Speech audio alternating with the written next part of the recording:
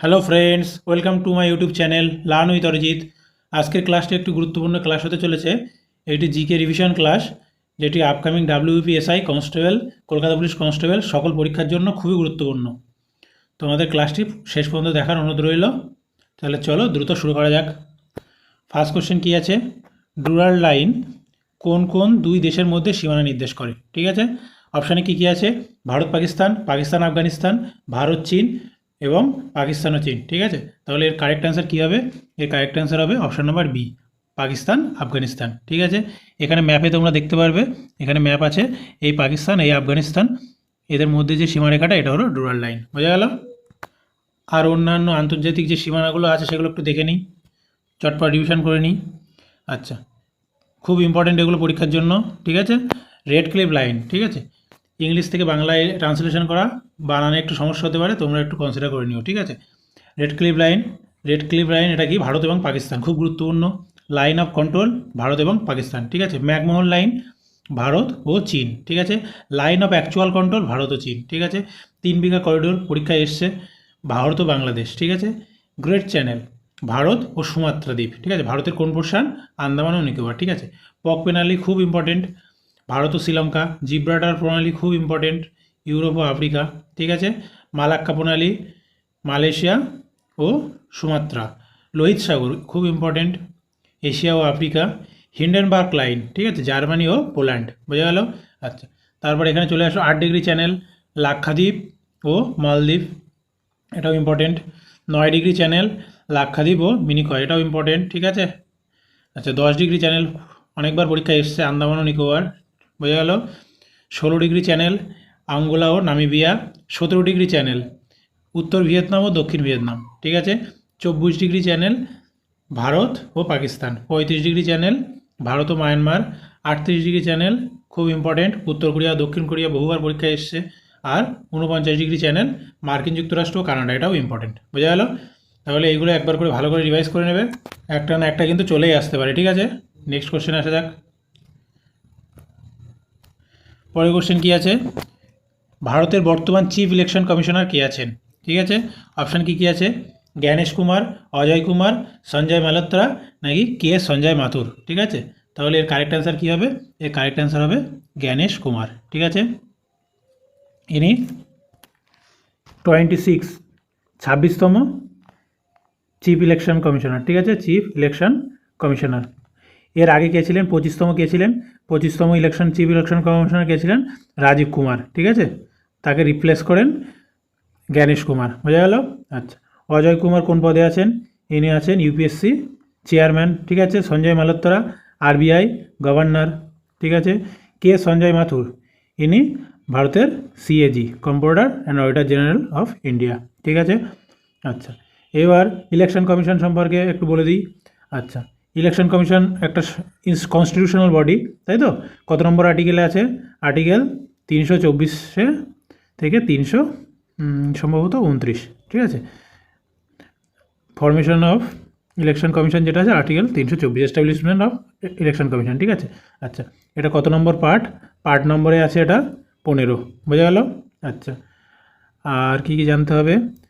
একজন chief election commissioner আছে, chief election commissioner এবং 2জন ইলেকশন কমিশনার। ঠিক আছে, 2জন ইলেকশন কমিশনারের নাম কি? একজন আছেন সুখবীর সিং। ঠিক আছে, সুখবীর সিং। আর একজন কে আছেন? আর একজন আছে বিবেক যোশী, বিবেক যোশী। ঠিক আছে, মনে থাকবে। আচ্ছা, ইলেকশন কমিশনের অ্যাপয়েন্টমেন্ট কে করেন? Appointment president. ঠিক আছে, প্রেসিডেন্ট অ্যাপয়েন্টমেন্ট করে। ঠিক আছে, এর টেনিওর কী হয়? কার্যকাল কী হয়? 6 ইয়ার বা 65 বছর, যেটা আগে হয়, 65 বছর বয়স। ঠিক আছে, এজ যেটা আগে হবে। ঠিক আছে, আচ্ছা ফার্স্ট ইলেকশন কমিশনার কে ছিলেন? Chief election commissioner first Sukumar Sen, Sukumar Sen. ঠিক আছে, ইলেকশন কমিশনের কাজ কি? ইলেকশন কমিশনের কাজ বিভিন্ন ভোট অর্গানাইজ করা, ইলেকশন অর্গানাইজ করা, যেমন লোকসভা ভোট, রাজ্যসভা ভোট, তারপরে স্টেট লেজিসলেটিভের যে ভোটগুলো হবে, প্রেসিডেন্ট ভাইস প্রেসিডেন্ট ইত্যাদি যে ভোটগুলো, সেগুলো কন্ডাক্ট করেন। বোঝা গেল? আশা করছি বুঝতে পেরেছ। পরের কোশ্চেনে আসা যাক। পরের কোশ্চেন কী আছে? 2024 সাহিত্যে কে নোবেল পুরস্কার পান? ঠিক আছে, এটা একটা খুব ইম্পর্টেন্ট কোশ্চেন। অপশান কী কী আছে? হানকাং, নিহন হেডেন কিউ, ডেভিড বেকার, জন এম জাম্পার। ঠিক আছে, তাহলে এটা কী হবে? এর কারেক্ট অ্যান্সার হবে হলো হানকাং। ঠিক আছে, এই যে ভদ্রমহিলা আছেন ইনি কোথাকার বাসিন্দা এটাও কিন্তু পরীক্ষায় আসতে পারে। ইনি হলেন সাউথ কোরিয়া, ইনি হলেন সাউথ কোরিয়ান। ঠিক আছে, মনে থাকবে সাহিত্যে নোবেল পুরস্কার পান। আর নিহন, এই সেকেন্ড অপশানে যেটা আছে নিহন হেডান কি, এটা কি? এটা হলো একটা জাপানিজ অর্গানাইজেশন। ঠিক আছে, জাপানিজ অর্গানাইজেশন যারা কিসে নোবেল পুরস্কার পেয়েছে? শান্তিতে। ঠিক আছে, শান্তিতে নোবেল পুরস্কার পেয়েছে, মনে থাকবে। আচ্ছা, আর এখানে যে দুজন লেখা আছে, এই ডেভিড বেকার ও জন এন জাম্পার, এনারা দুজন কেমিস্ট্রিতে নোবেল পুরস্কার পেয়েছে 2024। ঠিক আছে, কেমিস্ট্রি, রসায়ন। বোঝা গেল? তাহলে এবার নোবেল পুরস্কার সম্পর্কে একটু রিভাইজ করে নাও। নোবেল পুরস্কার কার নামে দেওয়া হয়? আলফ্রেড নোবেল, তোমরা জানো, তিনি ডিনামাইট আবিষ্কার করেন। ঠিক আছে, তার যে সম্পত্তি বা অর্থ ছিল তার মারা যাওয়ার পর সেই অর্থ থেকেই নোবেল পুরস্কার দেওয়া হয়। ঠিক আছে, আচ্ছা, এটা প্রথম চালু হয়েছিল কত সালে? 1901 সাল থেকে। ঠিক আছে, তখন কতগুলি বিষয়ের উপরে নোবেল পুরস্কার দেওয়া হতো? 5টি বিষয়ের উপরে। ঠিক আছে, কী কী? ফিজিক্স, কেমিস্ট্রি, আর মেডিসিন, আর লিটারেচার, সাহিত্য, এবং পিস, শান্তি। ঠিক আছে, পরবর্তীকালে 1969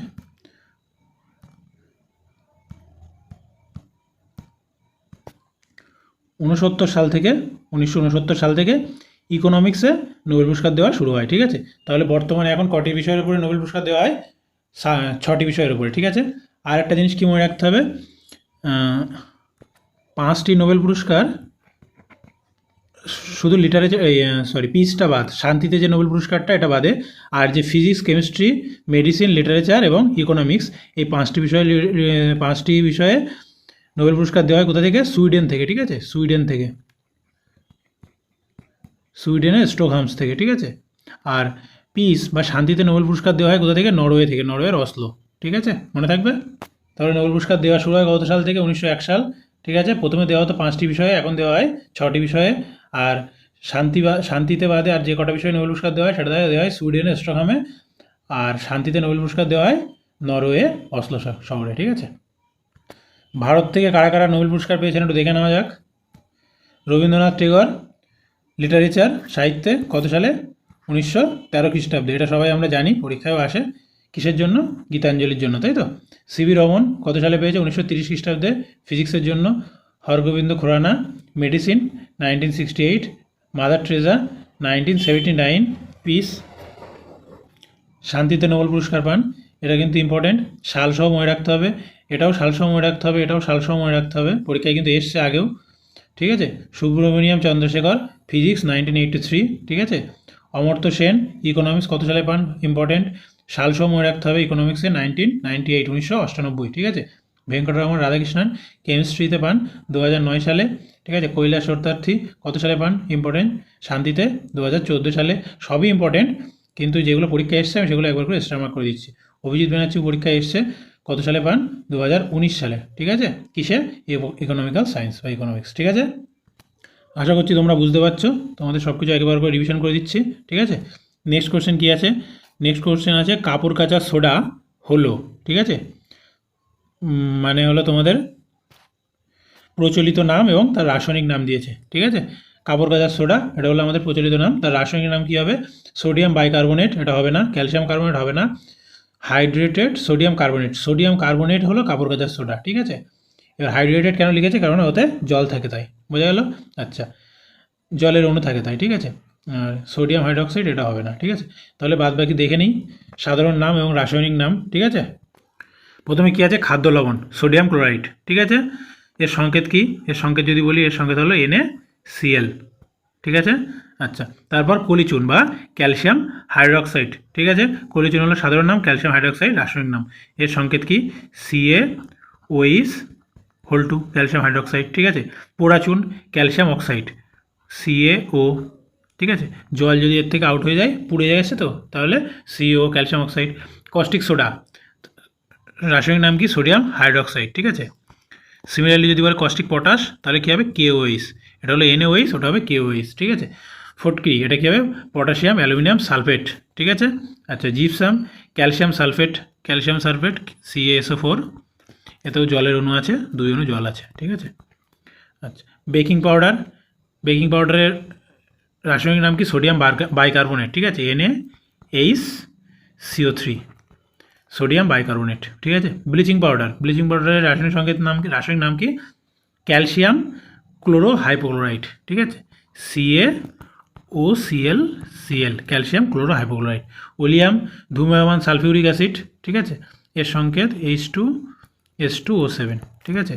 আচ্ছা কার্বলিক অ্যাসিড, ঠিক আছে, এর রাসায়নিক নাম কি ফেনল, ঠিক আছে।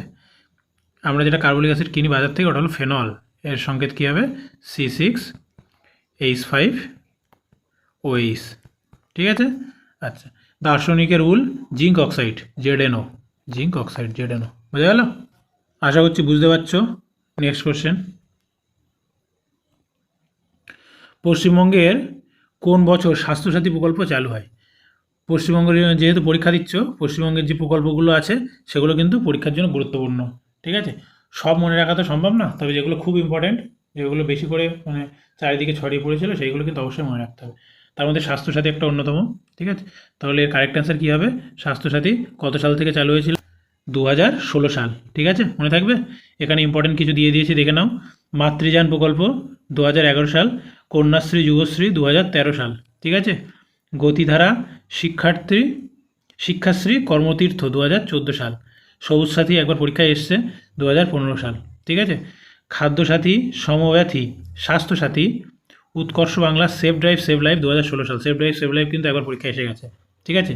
রূপশ্রী 2018 সাল, এটাও একবার পরীক্ষায় এসছে। কৃষক বন্ধু 2019 সাল, তারপর দুয়ারে সরকার স্নেহের পরশ হাসির আলো 2020 সাল, ঠিক আছে। স্টুডেন্ট ক্রেডিট কার্ড লক্ষ্মীর ভাণ্ডার মা প্রকল্প দুয়ারে রেশন, এটা 2021 সাল। তাহলে কোন প্রকল্প কত সালে শুরু হয়েছিল সেগুলো কিন্তু তোমাদেরকে জেনে রাখতে হবে, পরীক্ষার জন্য কিন্তু খুব ইম্পর্টেন্ট, ঠিক আছে। নেক্সট কোশ্চেন আসা যাক। ক্যাডমিয়াম দূষণের ফলে নিম্নলিখিত কোন রোগটি হয়? ঠিক আছে, কী কী আছে অপশান? আউচ রোগ, blue baby syndrome, black foot disease নাকি ফ্লোরোসিস, ঠিক আছে। তাহলে এটার সঠিক অ্যান্সার কী হবে? এটা হবে আউচ রোগ, ঠিক আছে। ক্যাডমিয়াম সম্পর্কে তোমরা হয়তো জানো, ক্যাডমিয়ামে ইটাই রোগ হয়, ঠিক আছে। ইটাই রোগের আরেক নামই হলো আউচ রোগ। ইটাই রোগ হয়, এর আরেক নাম হলো আউচ রোগ, ঠিক আছে।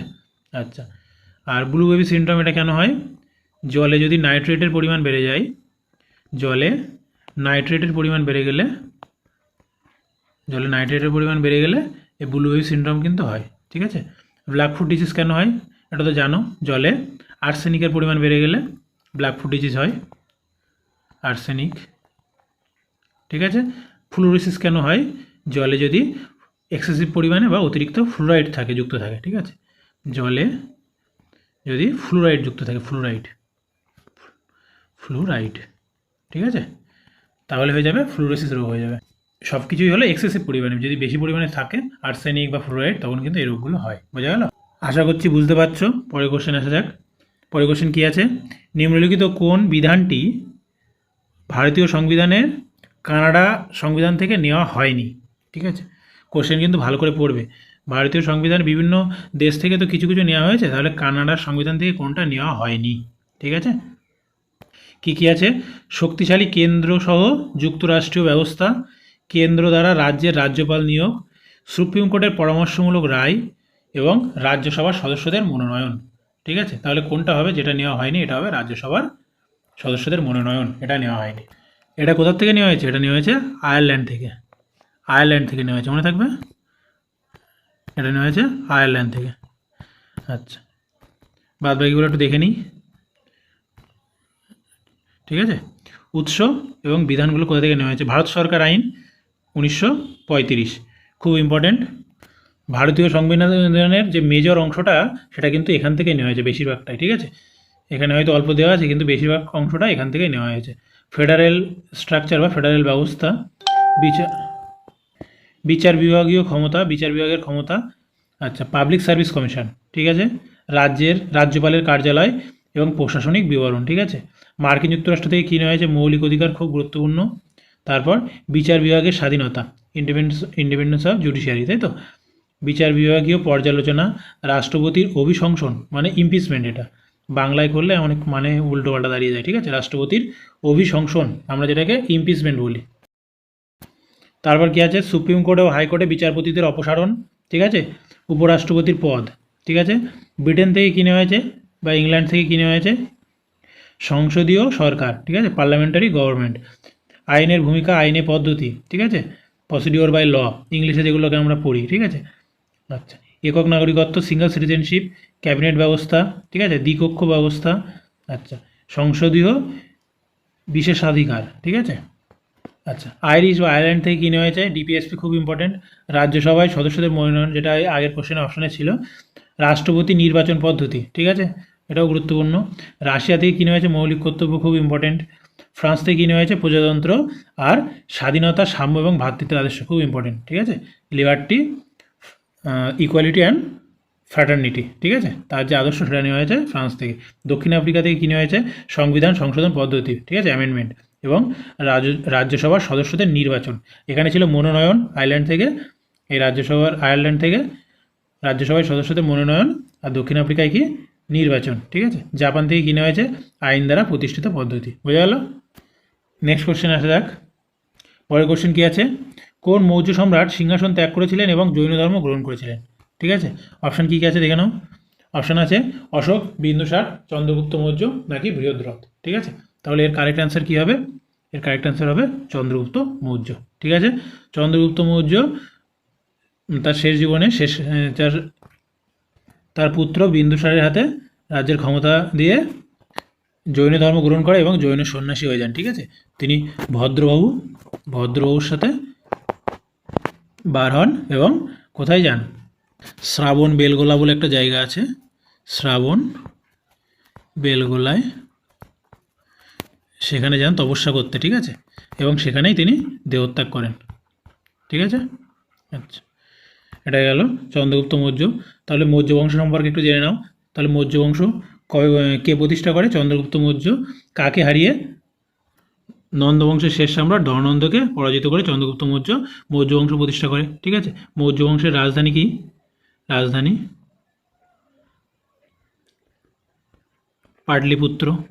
পাটলিপুত্র, ঠিক আছে। আচ্ছা, বিন্দুসারের ছেলের নাম কি? বিন্দুসারের পুত্রের নাম হলো অশোক, ঠিক আছে। চন্দ্রগুপ্ত মৌর্য, তারপর বিন্দুসার, তারপর অশোক। অশোক কোন উপাধি নিয়েছিলেন? দেবনাম প্রিয়া উপাধি কে নিয়েছিলেন? অশোক, ঠিক আছে। দেবনাম প্রিয়া উপাধি কে নিয়েছিলেন? অশোক সব থেকে বড় কোন যুদ্ধ লড়েছিলেন? অশোক কলিঙ্গ যুদ্ধ লড়েছিলেন, তাই না? এটা হলো অশোকের জীবনের শেষ যুদ্ধ এবং সবথেকে বড় এবং বাংলায় খতরনাক যেটা বলে সেরকম যুদ্ধ লড়েছিলেন। এটা কত খ্রিস্টাব্দে হয়েছিল? 261 খ্রিস্টপূর্বাব্দে, ঠিক আছে, কলিঙ্গ যুদ্ধ হয়েছিল। কলিঙ্গটা কোথায় অবস্থিত? উড়িষ্যা, বর্তমানে উড়িষ্যায় অবস্থিত, উড়িষ্যা, ঠিক আছে। আচ্ছা, কলিঙ্গ যুদ্ধের বর্ণনা অশোকের কোন শিলালিপি থেকে পাওয়া যায়? 13তম শিলা থেকে কলিঙ্গ যুদ্ধের বর্ণনা পাওয়া যায়, ঠিক আছে। এবং তো মনে থাকবে। বৃহদ্রথ কে ছিলেন? বৃহদ্রথ ছিলেন মৌর্য বংশের শেষ সম্রাট, ঠিক আছে, শেষ সম্রাট। তার সেনাপতি পুষ্যমিত্র সিংহ তাকে পরাজিত করে শুঙ্গ ডাইনেস্টি স্থাপন করে, ঠিক আছে। আচ্ছা, আর কি জানতে হবে এখান থেকে? মেগাস্থেনিসের ইন্ডিকা, মেগাস্থেনিসের ইন্ডিকা এই গ্রন্থে মৌর্য বংশের বর্ণনা রয়েছে, ঠিক আছে। মেগাস্থেনিসের ইন্ডিকা গ্রন্থে মৌর্য বংশের বর্ণনা, মোটামুটি এইগুলো জানলেই হবে, ঠিক আছে। Next question. পরের কোশ্চেন কি আছে? ভারতের কোন রাজ্যে সর্বাধিক বার্ষিক বৃষ্টিপাতের তারতম্য দেখা যায়? ঠিক আছে, ডিফারেন্স দেখা যায়, ঠিক আছে। অসম বৃষ্টিপাত হয়, মানে কখনো কম কখনো বেশি, হালকা পাতলা, ঠিক আছে। এই তারতম্যটা সব থেকে বেশি কোথায় দেখা যায়? কোথায় বেশি বৃষ্টিপাত হয় বা কোথায় কম বৃষ্টিপাত হয় তা কিন্তু চাইনি, ঠিক আছে। এটা একটা পরীক্ষায় আসা কোশ্চেন, PQ এর অ্যান্সার কী হবে? রাজস্থান, ঠিক আছে। আর সব থেকে বেশি কোথায় বৃষ্টি হয়? ভারতের সর্বোচ্চ বৃষ্টি হবে কোথায়? মেঘালয়ের মৌসিনরামে, ঠিক আছে। মেঘালয়ের মৌসিনরামে কী হয়? ভারতে সবথেকে বেশি বৃষ্টিপাত হয় এখানে, তাই না? বোঝা গেল? Next question. পরের কোশ্চেন কী আছে, ভূত্বকের বাইরের অংশ কী দিয়ে তৈরি? ঠিক আছে, কী কী আছে, সিলিকন ও অ্যালুমিনিয়াম, সিলিকন ও ম্যাগনেসিয়াম, আয়রন ও ম্যাগনেসিয়াম, আয়রন ও ক্যালসিয়াম। ঠিক আছে, এই ছবিতে দেখো তোমরা বুঝতে পারবে, একদম বাইরে আছে সি আল। সি আল মানে কি? সি আল সিলিকন ও অ্যালুমিনিয়াম। ঠিক আছে, মনে রাখবে, বাইরে আছে সি আল সিলিকন ও অ্যালুমিনিয়াম।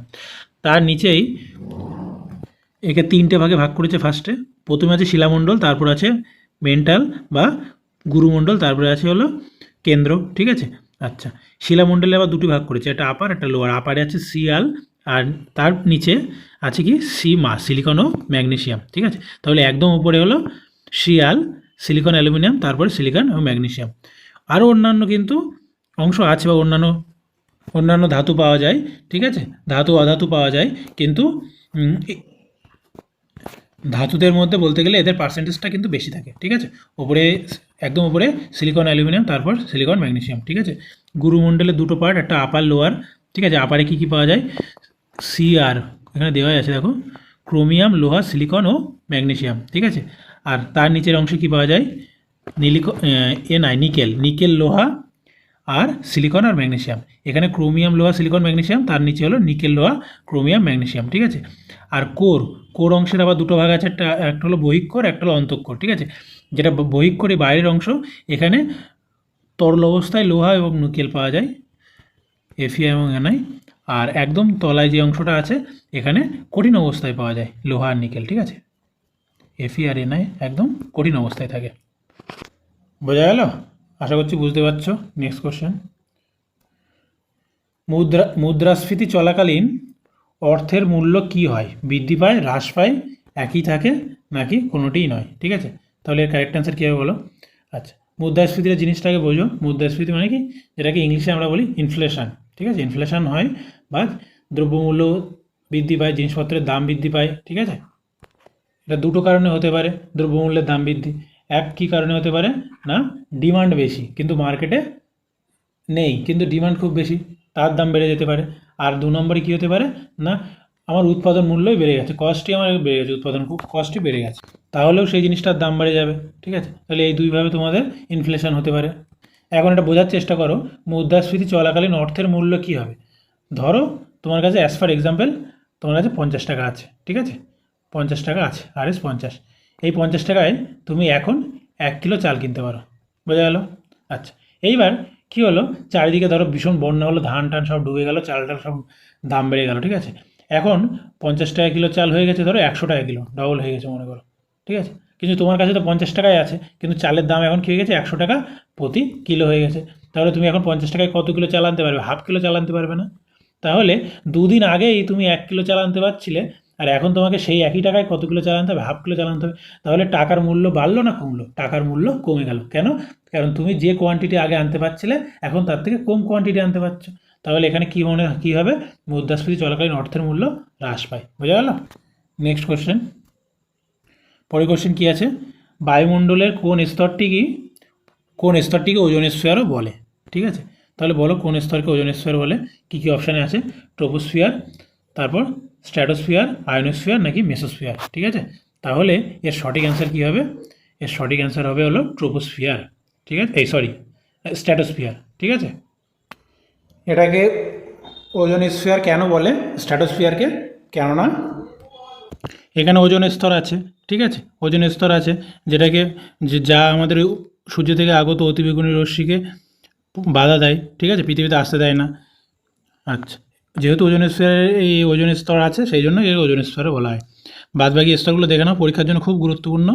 নিচ থেকে ওপর কী কী অর্ডারে আছে, troposphere, stratosphere, mesosphere, thermosphere, exosphere. ঠিক আছে, আর তারও উপরে আছে ম্যাগনেটোস্ফিয়ার, যেটা সম্পর্কে এখনও পর্যন্ত গবেষণা চলছে। ঠিক আছে, ট্রোপোস্ফিয়ারে কী হয়, এখানে তোমাদের ধূলিকণা, জলীয় বাষ্প, ঝড়, মেঘ, বৃষ্টি যা হয় সব আমাদের এই ট্রোপোস্ফিয়ারে হয়। ঠিক আছে, এখানে কি হয়, এখানে উচ্চতা বাড়ার সঙ্গে সঙ্গে উষ্ণতা কমতে থাকে। ঠিক আছে, আর ট্রোপোস্ফিয়ারের যেখানে শেষ এবং স্ট্র্যাটোস্ফিয়ারের যেখানে শুরু, তার মাঝে যে অংশটা আছে এটাকে কি বলে, ট্রোপোপজ। ঠিক আছে, এখানে আবার শান্ত হয়ে যায়, এখানে আবার ওগুলো হয় না। ঠিক আছে, যাই হোক, ট্রোপোস্ফিয়ার স্ট্র্যাটোস্ফিয়ারের মাঝে ট্রোপোপজ, তারপরে আবার কি হলো স্ট্র্যাটোস্ফিয়ার।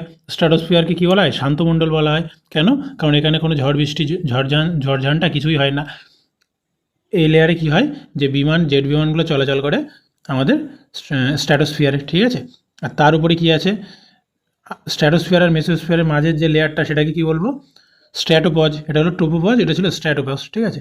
আচ্ছা, মেসোস্ফিয়ার কি? মেসোস্ফিয়ারটাকে বলা হয় সবথেকে শীতলতম অঞ্চল বায়ুমণ্ডলে, ঠিক আছে। এখানে খুব ঠান্ডা থাকে। আচ্ছা, এখানে যত উচ্চতা বাড়ে তত উষ্ণতা আরও কমতে থাকে, ঠিক আছে। আর যে উল্কাপিণ্ড আসে বাইরে থেকে, যে পৃথিবীর দিকে যদি কোনো উল্কাপিণ্ড আসে, সেটা এখানে কিন্তু পুড়ে যায়, ঠিক আছে, পুড়ে ছাই হয়ে যায়। বোঝা গেল? তার উপরে কী আছে? তার উপরে আছে থার্মোস্ফিয়ার, ঠিক আছে। থার্মোস্ফিয়ারে এখানে কী অবস্থায় থাকে? গ্যাসগুলো আয়নিত অবস্থায় থাকে, ঠিক আছে। তাই থার্মোস্ফিয়ারের আরেক নাম কি? আয়োনোস্ফিয়ারও বলা যায়। আয়োনোস্ফিয়ারও বলা যায়, আয়োনোস্ফিয়ার, ঠিক আছে। তার উপরের স্তরটা কী আছে? তার উপরে স্তর হলো এক্সোস্ফিয়ার, ঠিক আছে। আমাদের যে স্যাটেলাইট ট্যাটেলাইটগুলো পাঠানো হয় এগুলো কিন্তু এক্সোস্ফিয়ারে থাকে, ঠিক আছে। নেক্সট পরের কোশ্চেন কী আছে? প্লেগরা রোগ কোন ভিটামিনের অভাবে হয় বা কোন ভিটামিনের ঘাটতির কারণে হয়? অপশান কী কী আছে? B2, B6, B12 নাকি B9, ঠিক আছে। তাহলে এর কারেক্ট অ্যান্সার হবে কি? এর কারেক্ট অ্যান্সার হবে হলো B2, ঠিক আছে। কোন ভিটামিনের অভাবে কী রোগ হয় চলো দেখে নিই। ভিটামিন এর রাসায়নিক নাম কি? রেটিনল, ঠিক আছে। এর অভাবে কি হয়? রাতকানা রোগ হয়, ঠিক আছে। ভিটামিন B1 রাসায়নিক নাম থাইমিন, এর অভাবে বেরি রোগ হয়। B2 রাইবোফ্লাভিন, এর অভাবে প্লেগ্রা রোগ হয়, ঠিক আছে। B3 নিয়াসিন, এর অভাবে তাক সাদা হয়ে যাওয়া, মানসিক মন্দা।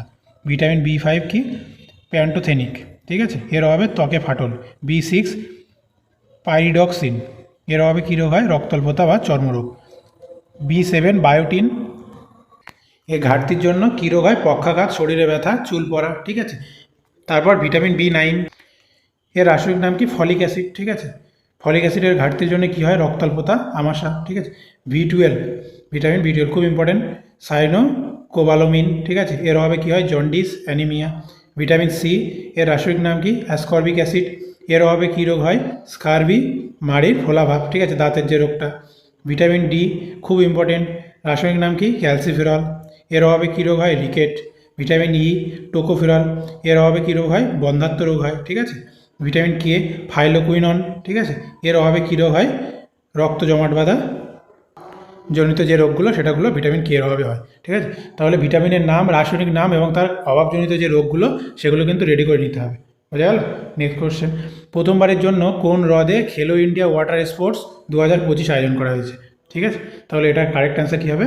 ডাল হ্রদ, ঠিক আছে, মনে থাকবে এটা হলো ডাল হ্রদ। কোথায় অবস্থিত এটা? কাশ্মীরে, ঠিক আছে। নেক্সট কোশ্চেন, পরের কোশ্চেন কী আছে? নিম্নলিখিত জোড়া বিবেচনা করুন, ঠিক আছে। কী আছে? দেব প্রয়াগ, বিষ্ণু প্রয়াগ, রুদ্র প্রয়াগ, কর্ণ প্রয়াগ, ঠিক আছে, 4টি প্রয়াগ দেওয়া আছে এবং তালিকা দেওয়া আছে কোনটা কোন নদী মিলনস্থল বা মিলিত হয়ে তৈরি হয়েছে, তাই তো। দুটো নদী যখন একটা জায়গায় মিলিত হয় সেটাকেই বলা হয় প্রয়াগ, ঠিক আছে। তাহলে প্রথমে কী আছে? দেব প্রয়াগ, ভাগীরথী এবং অলকানন্দী। দেব প্রয়াগ, এই দেখো এখানে দেব প্রয়াগ একদম নিচে, ভাগীরথী আর অলকানন্দা। এই ব্লু কালারের যেটা আছে এটা হলো অলকানন্দ, ঠিক আছে। তার সাথে বিভিন্ন নদী বিভিন্ন দিক থেকে এসে মিলিত হচ্ছে এবং বিভিন্ন প্রয়াগ তৈরি করছে। একদম উপরে কী তৈরি হচ্ছে? বিষ্ণু প্রয়াগ। কী আসছে? ধৌলিগঙ্গা, ঠিক আছে। এইভাবে মনে রাখতে পারো যে বিষ্ণুর পা ধুয়ে একটা জল আসছে, সেটা হলো ধৌলিগঙ্গা, ঠিক আছে। আর সেটা বিষ্ণু প্রয়াগ তৈরি করছে, তাহলে একদম উপরে বিষ্ণু প্রয়াগ, ঠিক আছে। তারপর কি? নন্দ প্রয়াগ, ঠিক আছে। কোন নদী এসে মিলিত হচ্ছে? নন্দাকিনী, ঠিক আছে। এরমভাবে মনে রাখতে পারো বিষ্ণুর পা ধুয়ে জল আসার পরে সেটা কোথায় যাচ্ছে? নন্দী মহারাজ, ঠিক আছে, নন্দী মহারাজের কাছে যাচ্ছে, নন্দ প্রয়াগ। বা যেভাবে খুশি তোমরা মনে রাখতে পারো, একদম উপরে বিষ্ণু প্রয়াগ, তারপর নন্দ প্রয়াগ, ঠিক আছে। তারপর কীভাবে মনে রাখবে? কর্ণ প্রয়াগ, কোথা থেকে আসছে? কোন কোন নদী মিলিত হচ্ছে? অলকানন্দা ও পিণ্ডার গঙ্গা, ঠিক আছে। তারপর কি তৈরি হচ্ছে? রুদ্রপ্রয়াগ, আর একদম নিচে দেবপ্রয়াগ, ঠিক আছে। রুদ্রপ্রয়াগ কোন কোন নদী? মন্দাকিনী আর অলকানন্দা, ঠিক আছে।